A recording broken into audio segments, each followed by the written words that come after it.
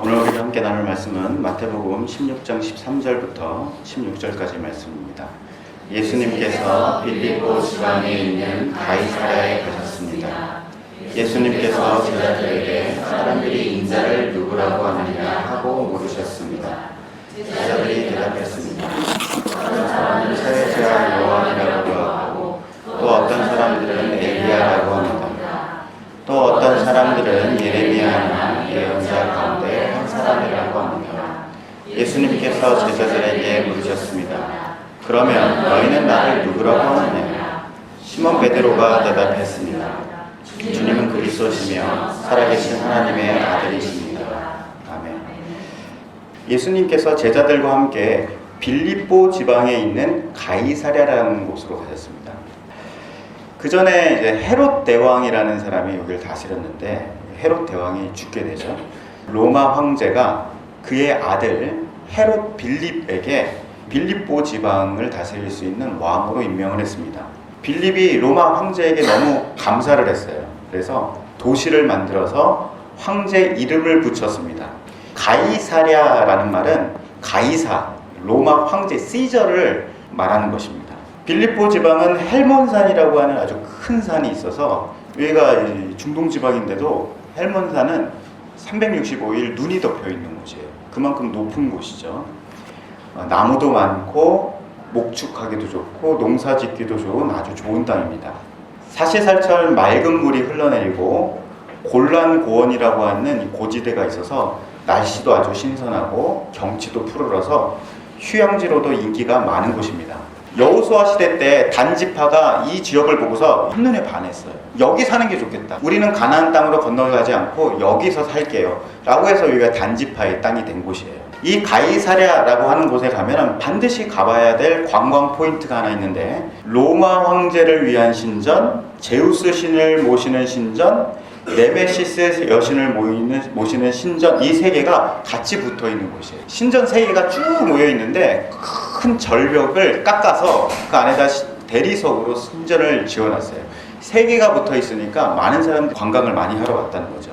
요새 호치민 빌딩이 아주 멋있어졌어요. 높고 으리으리해지는데 근데 확실히 선진국 기술로 지은 건물을 보면 건물이 달라요.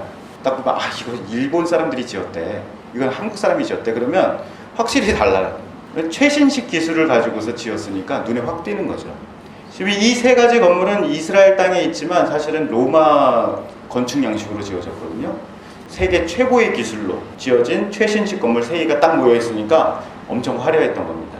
갈릴리에 살던 촌동네 이 어부들이 이 웅장한 대리석 성전을 보면서 와, 진짜 멋있다, 입이 떡 벌어졌을 거예요.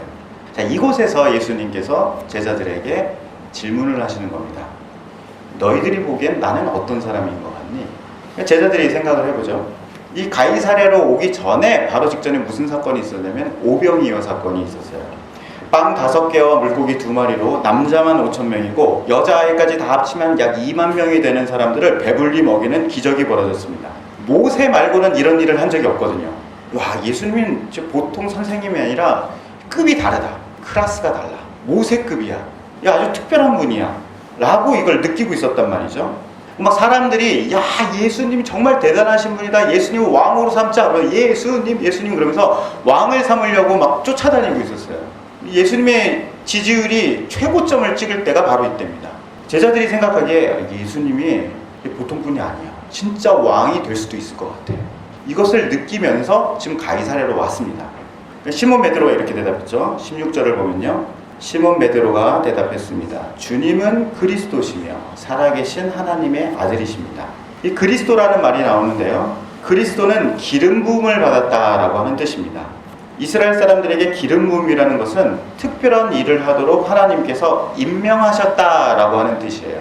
이스라엘 사람들은 기름을 부어서 그 향기로운 냄새가 많은 사람들에게 퍼지도록 하고 이 사람이 바로 하나님의 특별한 일을 하는 사람으로 임명된 사람이다 라고 하는 거예요. 그걸 이제 기름 부음 받은 사람, 메시아, 그리스도라고 이야기합니다. 세 종류의 사람들에게 기름 부음을 받는데요. 첫 번째는 제사장, 두 번째는 선지자, 세 번째는 왕입니다. 제사장은 사람들이 하나님과 만날 수 있도록 다리를 놔주는 사람이에요. 선지자는 하나님의 말씀을 사람들에게 전해주는 사람입니다. 왕은 하나님을 대신해서 백성을 다스리는 사람이죠. 이런 사람들을 그리스도, 기름 부음 받은 사람이라고 합니다.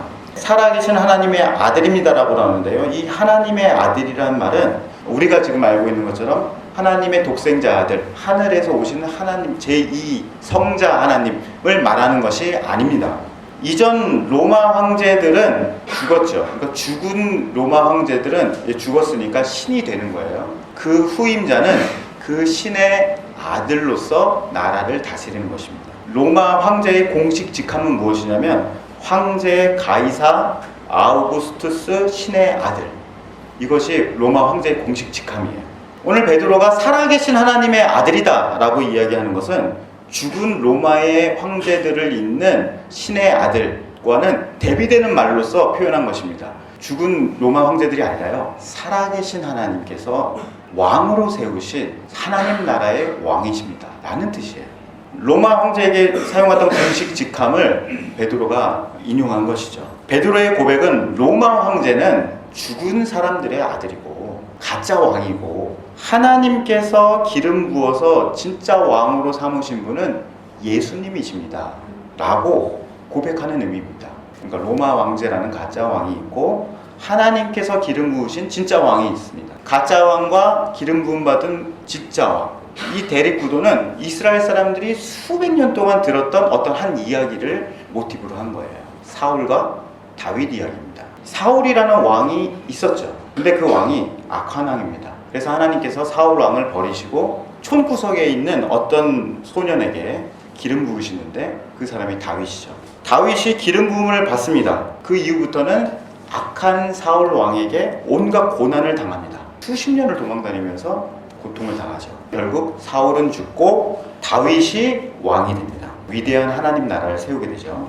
베드로의 말은 하나님께서 예수님을 다윗 왕과 같은 사람으로 기름 부으셨습니다 라고 말하는 거예요. 사울과 같은 로마 황제가 왕자리에서 물러나고 하나님 나라를 세울 다윗과 같은 왕으로 예수님께서 기름 부음 받으셨습니다 라고 고백하는 것이죠. 17절 말씀을 보겠습니다. 예수님께서 베드로에게 말씀하셨습니다. 요나의 아들 시몬아, 내가 복되다. 내 혈육이 이것을 내게 알려준 것이 아니라 하늘에 계신 내 아버지께서 알려주신 것이다. 엄청난 칭찬을 하신 거예요. 맞아, 네 말이 맞아. 그거 하나님께서 너한테 가르쳐 주신 거야. 18절을 보겠습니다. 내가 내게 말한다. 너는 베드로다. 내가 이 돌 위에 내 교회를 지을 것이니 지옥의 문이 이것을 이기지 못할 것이다.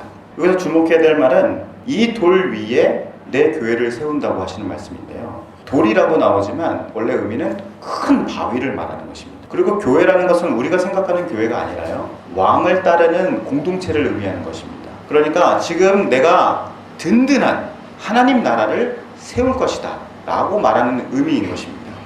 예수님과 이제 베드로가 주거니 받거니 서로 대화도 하고 분위기가 아주 좋았어요.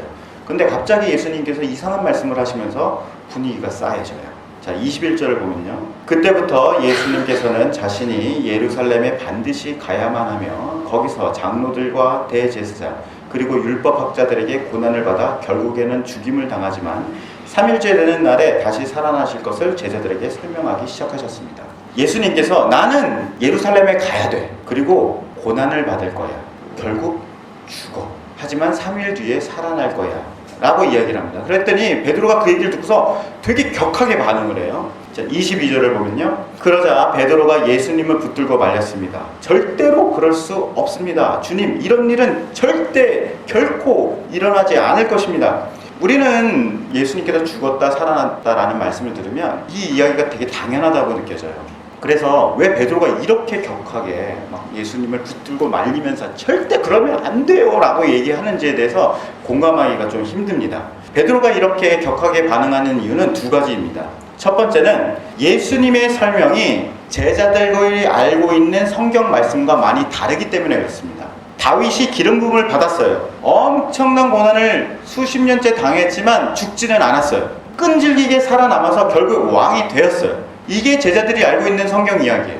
그런데 예수님께서는 그리스도가 고난을 받다가 결국에는 왕이 된다가 아니라 죽어버린다는 거예요. 만약 우리가 아이들한테 야, 콩지가 죽도록 정말 열심히 일하다가 죽었어, 이렇게 얘기하면 애들이 뭐라 그러겠어요?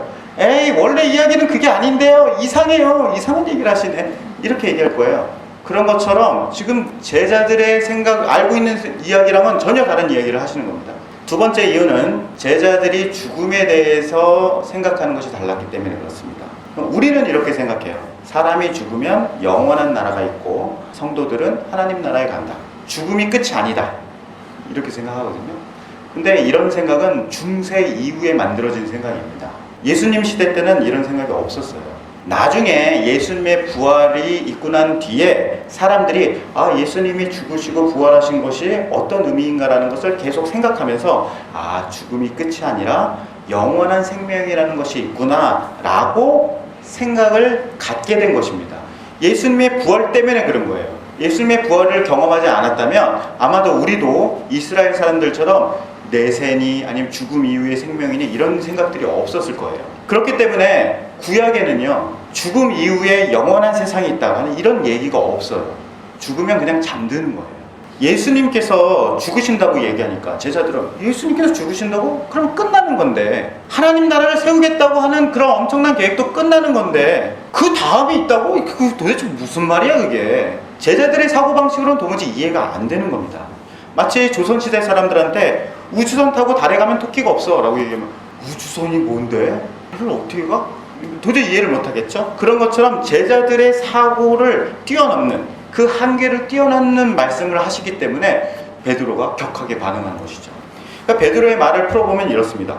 예수님, 고생을 좀 하더라도요, 나중엔 성공을 해야죠. 결국 죽는다는 게 말이 돼요?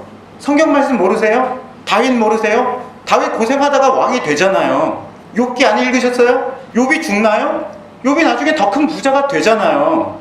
하나님께서 밀어주시는 사람의 끝은 바로 이런 거예요. 하나님께서 밀어주시면 나중에 성공한다니까요. 예수님이 방금 말씀하셨잖아요. 예수님이 큰 반석에다가 나라를 세우겠다고 말씀하셨잖아요. 방금 말씀해 주셔놓고 저기 큰 바위에 있는 그 황제의 신전이나 제우스 신전처럼 멋진 건물을 세우신다고 말씀을 해놓고서 왜 죽는다고 말씀하세요? 예수님은 그리스도시잖아요. 엄청난 능력을 가지셨잖아요. 장로랑 제사장들 덤비는 건 걔네들은 한 주먹밥도 안 되고 로마 놈들도 한 방에 쓸어버릴 수 있는 능력이 있으시잖아요. 죽으면 끝나는 건데 죽은 다음에 뭐가 있다는 게 그게 말이 돼요? 지금 예수님 말씀은요, 상식적으로도 안 맞고 성경적으로도 맞지 않아요. 갑자기 이상한 말씀을 하시네. 이런 의미인 겁니다. 자, 예수님께서 23절을 말씀을 하시죠. 예수님께서 돌아서며 베드로에게 말씀하셨습니다. 사탄아, 내 뒤로 썩 물러가라. 내가 나를 넘어지게 한다. 너는 하나님의 일을 생각지 않고 오직 사람의 일만 생각하는구나. 오늘 예수님께서 사람의 일과 하나님의 일에 대해서 말씀하십니다. 너는 지금 사람의 일만 생각하고 있어 라고 말씀하시는데 그건 뭘까요? 베드로의 사고방식에 있는 것처럼요, 그리스도가 고생은 좀 하더라도 결국에는 황제가 되어서 사람 위에 군림하는 것입니다. 가이사랴에 있는 그 멋진 성전들처럼 멋진 왕궁을 지어놓고 사람들이 입이 딱 벌어지도록 멋지게 성공하는 것입니다. 베드로는 그리스도가 황제처럼 높아져야 된다라고 생각해요. 이게 바로 사람의 일입니다. 그러면 하나님의 일은 무엇일까요? 예수님께서 말씀하셨던 거죠. 그리스도가 고난을 받아서 죽는 거예요. 죽어서 죄인들에게 생명을 나눠줘야 되는 거예요. 섬김을 받는 것이 아니라 섬기는 사람이 되어야 되는 거죠. 화려한 성전을 갖는 게 아니라 저주받을 십자가 위에서 찢어지고 돌무덤 위에 들어가야 되는 겁니다. 이것이 하나님의 일이고요, 하나님께서 그리스도에게 바라시는 바인 겁니다. 베드로가 예수님께 사탄 소리까지 들었어요. 과연 베드로가 이 말씀을 듣고서 내가 잘못 생각했구나 깨달았을까요? 7장 1절을 보면요, 6일 뒤에 예수님께서는 베드로와 야고보 그리고 야고보의 동생 요한을 데리고 따로 높은 산에 올라가셨습니다. 그들 앞에서 예수님의 모습이 변화되었습니다. 예수님의 얼굴은 해같이 빛나고 옷은 빛처럼 희게 되었습니다. 그때에 모세와 엘리야가 나타나 예수님과 함께 말씀을 나누었습니다. 베드로가 예수님께 말했습니다. 주님, 우리가 여기 있는 것이 좋습니다. 원하시면 제가 여기에 천막 3개를 세우겠습니다. 하나는 주님을 위해, 또 하나는 모세를 위해, 그리고 마지막 하나는 엘리야를 위해서 말입니다. 우리가 아주 잘 알고 있는 변화산 사건이라는 건데요, 가이사랴 빌립보에서 바로 이어지는 사건이에요. 얼마 지나지 않아서 어떤 산에 올라가셨는데 예수님께서 모세와 엘리야랑 같이 있다고 말씀하셨어요. 모세는 어떤 사람입니까? 제사장이에요. 이스라엘 사람들을 이집트에서 데리고 나와서 하나님을 만날 수 있도록 중매를 놔줬던 사람이에요. 엘리야는 어떤 사람입니까? 하나님의 말씀을 전하는 선지자 중에서 제일 유명한 사람이죠. 선지자 그럼 바로 엘리야예요. 이 두 사람은 기름 부음 받은 사람들이죠. 근데 모세와 엘리야만큼 이스라엘 역사상 유명한 기름 부음 받은 사람이 한 명 더 있습니다. 다윗이에요. 제사장, 선지자, 왕인데 바로 왕하면 다윗을 말하는 거죠. 모세와 엘리야는 있는데 다윗은 없고 누가 있습니까? 예수님이 계시는 거죠. 이 변화산 사건은요, 예수님이 다윗 왕과 같이 기름 부음 받은 사람이다라는 것을 보여주기 위한 환상이었던 것입니다. 베드로가 이 그리스도들이 앞에 있는 것을 보고서 뭐라고 이야기합니까? 여기에 천막 3개를 세우겠다고 이야기해요. 왜 하필이면 천막 3개일까요? 천막은 캠핑 가서 자는 텐트가 아닙니다. 예루살렘 성전이 지어지기 전에는 바로 이 천막이 성전이었어요. 그걸 성막이라고 하죠. 베드로는 가이사랴에서 본 화려한 성전 3개를 마음에 두고 있었어요. 우리가 저런 어리어리한 건물을 세우는 그런 멋진 일을 한번 해봐야 될 텐데 라고 마음에 있었는데, 베드로의 능력으로는 대리석 성전은 지을 수가 없어요. 그러니까 그리스도를 위해서 최대한 할 수 있는 것은 성막을 지어드리는 거예요. 아무리 베드로가 최고의 성전을 지어드리고 우리 여기서 같이 살아요, 3분의 성전을 짓고서 여기가 정말 정말 좋습니다 라고 이야기를 해도 예수님은 여기 계시고 싶어 하시나요? 아니죠. 예루살렘에 반드시 가야 돼 라고 말씀하셨는데요. 그러니까 베드로는 예수님께서 내가 예루살렘에 가야 된다, 거기서 죽을 거야, 하지만 3일 뒤에 살아난다 라고 하는 말씀을 한 귀로는 듣고 한 귀로는 흘려보낸 거죠. 베드로는 여기에 왕의 성전을 짓고 예수님께서 왕좌에 앉으셔서 하나님 나라를 세우시기를 바란 겁니다. 아직도 베드로는 예수님이 예루살렘에 가셔서 죽으시면 안 돼요 라고 반대하고 있는 거예요. 베드로는 여전히 사람의 일을 생각하고 있습니다. 이런 베드로를 어떻게 해야 되나요? 한 번 더 그냥 혼내줘야 되나요? 자, 5절을 보겠습니다. 베드로가 말하는 동안에 갑자기 빛나는 구름이 그들 위를 덮고 그 속에서 이는 내가 사랑하며 기뻐하는 아들이다, 너희는 그의 말을 들어라 하는 소리가 들려왔습니다. 베드로가 말하는 도중이었대요. 하나님께서 중간에 끊고 들어오시는 거예요. 야, 이 인간아, 네가 예수가 그리스도라고 믿는다면서 네가 그리스도의 말을 들어야지. 근데 그리스도가 네 말을 들어야겠니? 야, 그게 예수 그리스도를 믿는다는 거야? 예수님이 그리스도를 믿는다는 거야? 네 생각은 내려놓고 지금 그리스도가 하는 말을 좀 들어, 이런 뜻이죠. 제자들이 반드시 들어야 되는 예수님의 말씀이라는 것이 과연 무엇이었을까요? 9절을 보면요, 산 아래로 내려올 때에 예수님께서 제자들에게 당부하셨습니다. 인자가 죽음에서 다시 살아날 때까지 너희가 본 것을 아무에게도 말하지 말아라. 인자가 죽었다 살아나는 일이 있을 거야 라고 한 번 더 말씀하시죠. 오늘 마태복음과 똑같은 병행 구절인 마가복음에는 이렇게 나옵니다. 마가복음 9장 10절을 보면요, 제자들은 아무에게도 말하지 않았습니다. 그러나 제자들은 죽은 자 가운데서 다시 살아난다는 것이 무슨 뜻인가 서로에게 물었습니다. 하나님께서 그리스도가 하는 말을 들어라 라고 말씀하셨는데, 그 들어야 되는 말씀은 가이사랴 빌립보에서 하신 말씀과 똑같아요. 그리스도는 예루살렘에 가서 죽어야 돼요. 그리고 3일 만에 부활할 것입니다. 이제서야 제자들이 좀 이해를 해보려고 해요. 2번 이야기를 듣고 나니까 사람이 죽었다가 살아난다는 게 도대체 뭐야? 죽음 이후에는 아무것도 없고 죽음이면 끝난다 라고 생각했던 제자들의 한계가 조금씩 뛰어넘고 있는 것입니다. 그리스도는요, 생명을 바쳐서 나에게 충성해라 라고 요구하지 않으셨습니다. 그리스도는 황제가 되지 않으셨어요. 오히려 내 생명을 너희에게 줄게, 그리고 나는 너희의 종이다, 이래서 죽으시고 부활하신 거잖아요. 비로소 제자들이 그게 도대체 무슨 뜻이야 라는 것을 생각하기 시작했다는 거예요. 참 주님은 자비롭고 은혜로우신 분이시죠. 이 답답한 제자들이 이해할 때까지 3번, 4번 설명해 주시고 그걸 이해를 못하는데도 직접 죽으세요. 그리고 제자들 앞에 나타나서 봐라, 내가 죽었다 살아났다 라고 실물을 보여주십니다. 제자들이 이해할 때까지 정말 오래 참고 기다리시고 설명해 주시고 말씀해 주시는 거죠. 자, 사랑하는 여러분, 여러분들에게 한번 질문해 보겠습니다. 하나님께 기름 부음 받은 사람이 있어요. 특별한 일을 하라고 임명을 받은 사람이 있습니다.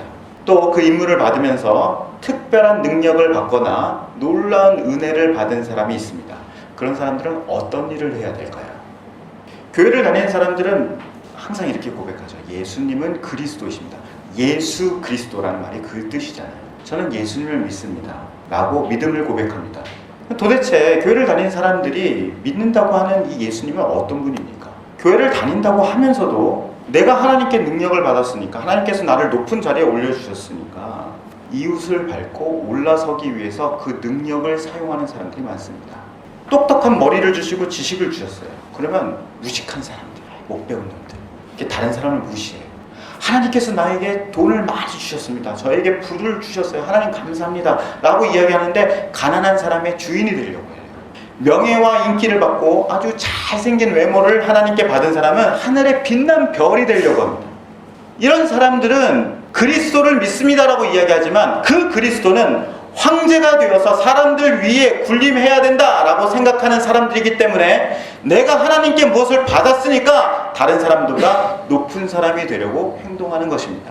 그 사람들의 행동이 로마 황제와 같은 그리스도를 믿고 있습니다 라는 것을 증명하는 셈인 것이죠. 이런 사람들한테요, 아니야, 그리스도는 죽어야 돼, 그리스도는 종이야 라고 이야기하면 예수님 앞에 성전을 지어드리려고 해요. 예수님 왜 굳이 죽어야 되나요? 이거 얼마나 좋아요, 이 큰 성전. 제가 예수님을 최선을 다해서 섬기겠어요. 멋진 성전도 드려드리고요, 그리고 교회를 위해서 열심히 일할게요. 예수님 죽지 마세요. 우리도 죽지 않을래요. 여기가 좋아요. 자기가 가지고 있는 능력과 지식을 예수님께, 하나님께 바친다고 이야기해요. 그리고 이웃에게는 나누려 하지 않습니다. 여전히 자기가 가지고 있는 능력을 가지고서는 이웃 위에 군림하는 사람이 되려고 하죠. 이 이야기가 한국 교회랑 좀 비슷하다고 생각하지 않으세요? 이것이 사람의 일입니다. 대부분 사람들이 여기서 벗어나지 못해요. 베드로도 그렇고 제자들도 그렇고 우리들도 가지고 있는 한계입니다. 이 사람의 일에서 벗어나지 못한다는 거죠. 여기서 벗어나려면 어떻게 될까요? 이 한계를 벗어날 수 있는 방법은 그리스도의 말씀을 듣는 것입니다. 예수님께서는 하나님의 일이 무엇인지를 설명해 주셨어요. 십자가에서 몸으로 보여주셨습니다. 우리는 그리스도의 설명을 경청하고 십자가를 묵상할 때에 사람의 일이 아니라 하나님의 일을 생각할 수가 있는 것이죠. 그리스도는 하나님께서 보내신 분이 맞습니다. 하늘과 바다를 다스리고 수만 명을 먹일 수 있는 권세와 능력이 있어요. 하지만 사람들보다 높은 자리에 앉아서 권세를 부리는 왕이 되지 않으셨습니다. 오히려 죄인을 섬기는 종이 되셨죠. 제자들의 발을 씻겨주셨어요. 하나님께 받은 생명을 죄인들에게 나누어 주셨습니다. 예수님은 그리스도입니다 라고 고백하는 사람들은 어떻게 해야 되겠어요? 자기가 가지고 있는 권세와 능력을 휘둘러서 사람들 위에 올라서려고 하지 말아야 되죠. 오히려 힘없는 사람들의 편이 돼야 되는 거예요. 하나님께 받은 돈과 명예를 가난한 사람들을 위해서 베풀어야 되는 것입니다. 나는 있고 넌 없지, 그래서 내가 이겼지, 내가 너보다 잘났지, 이런 게 세상의 상식이죠. 이걸 깨트려야 됩니다. 내가 있고 너는 없으니 내가 있는 것을 너에게 주겠다, 이런 삶을 살아야 되는 것이죠. 이렇게 하면 죽을 것 같아요. 이렇게 보면 내가 손해보는 것 같고 사회에서 도태당하는 것 같습니다. 하지만 이런 삶을 살 때에 부활을 경험하게 되는 것입니다. 부활을 경험해야지 이 우리의 한계가 깨지고 우리가 살고 있는 세상이 새로운 세상이 되는 거예요. 특별히 여기 앉아있는 학생들에게, 사실 이 말씀은 학생들을 위해서 만들어진 거거든요. 제 친구들 다 목사들이에요. 하나님의 말씀을 전하고 예수 그리스도를 믿는다는 친구들이 있습니다. 그런데 사람의 일만 하는 것 같아요. 교회는 점점 커지고 교회는 점점 부자가 되는데 교회는 약하고 가난한 사람들은 더 이상 들어올 수가 없어요. 저와 저희 친구들 세대들이 이상한 교회를 만들어버렸어요. 우리가 뭔가 하나님께 받았기 때문에 우리가 이겼다, 우리가 세상에서 승리했다라고 생각하는 이상한 교회가 되어버렸어요. 그런데 여러분들은 더 많이 공부하고 더 높은 자리에 있으면 없는 사람들, 그리고 낮은 사람들을 위해서 여러분들이 가진 것을 나눴으면 좋겠어요. 그것이 그리스도가 하신 일이에요. 사랑하는 성도 여러분, 우리는 주님은 그리스도시며 하나님의 아들이십니다 라고 고백하는 성도입니다. 우리 천국을 나타내는 교회 성도들이 그리스도가 죽었다가 다시 살아난다, 이게 도대체 무슨 뜻인가? 라고 서로에게 물어보는 공동체가 되었으면 좋겠습니다. 천국을 나타내는 교회 성도들이 하나님의 기름 부음 받은 자가 되어서 주 예수 그리스도처럼 이웃을 섬기는 성도들이 되기를 간절히 축원합니다. 말씀을 마치겠습니다.